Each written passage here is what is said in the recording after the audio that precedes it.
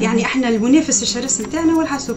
يعني احنا المجال اللي تنجم تخلي صغيرك يقرا فيه هو انك تقتلعه من الكرسي قدام الحاسوب وتبعده شويه بعيد، هكا يكون يعني وجها لوجه مع الكتاب. بالطبيعه مش باش تكون عمليه قهريه ممارسه تعسفيه، باش يكون التلميذ باجواء مريحه فيها الغناء فيها الموسيقى فيها وفيها الكتاب.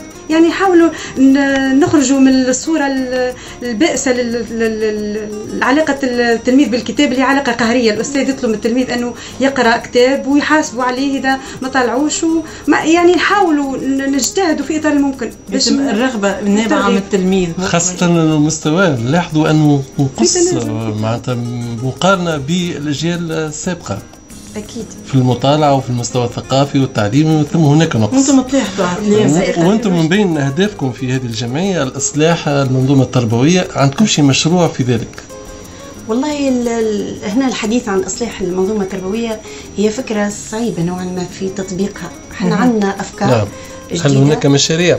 إن شاء الله نحاولوا نفعلوا هالأفكار هذه إذا كنا نلقاو المجال ونلقاو الفرصة باش نفعلوا الأفكار في إصلاح المنظومة التربوية، لأنها مش سهل تقول أنا كجمعية باش نصلح المنظومة التربوية. هذا عمل جبار يلزم فيه أطراف متعددة ويلزم فيه إنصات ويلزم فيه اهتمام أكثر بمشاغلنا وبشواغلنا في إطار الوسط المدرسي. انت من غير مؤسسات ما تنجمش تنجح. اذا كانش تعمل مشروع الا على المواطنين اللي مش مربوطين بديوان تطهير هذا غير كافي، لان عندك يقول قيد المؤسسات هذوما قاعدين رابطين هما مع قنوات ديوان التطهير. شو يستحقوا لك انت؟ عن المؤسسات مش مربوطه، واني نحكي على معتمد تاجر بعد دراسه ونعرف خصوصيات المنطقه اللي هي ماهيش مربوطه بالتطهير، وخاصه المنطقه الصناعيه اللي هي في طور الانجاز. ربما بعد عام بعد اثنين نجم تكون مربوطه، في الوقت الحالي اللي هي مش مربوطه وعندها معناها بعض المشاكل في المياه المستعمله وفي المياه الصناعيه. نعم ان شاء الله ربي يوفقك. المؤسسه بتاعك بصدد باش تكبر ان شاء الله. ان شاء الله في الافاق ان شاء الله. عندك افاق، عندك رؤيه مستقبليه؟ نخرجوا خارج الولايات صفاقس، ممكن حتى ولايه قابس، وممكن تكون معناها المشروع يكون على الاقل يضيء على الجنوب. وهذا مرهون بحماس الشباب. طبعا نعم طبعا كل التوفيق ليك. الكلمات من غير شك شعب تونس هو الملك،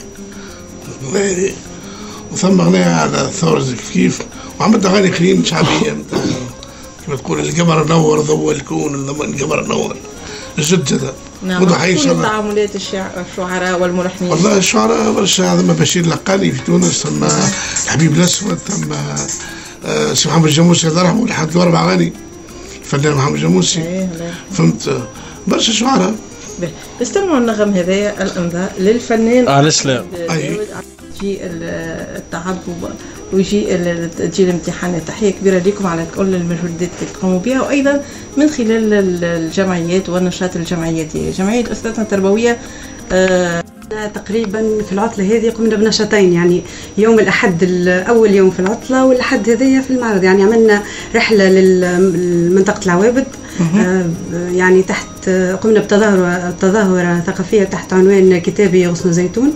حاولنا تكون التظاهرة مش فقط خاصة بالتلاميذ، وإنما كانت الدعوة موجهة للأولياء. يعني جاونا تلامذة ومعهم أسرهم معهم أوليائهم، وكان جو مرح للغاية. يعني قاموا التلامذة بمطالعة عديد الكتب على ضفاف البحر.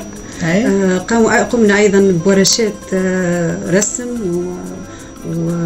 وعزف وموسيقى وغناء. أجواء كانت مريحة يعني.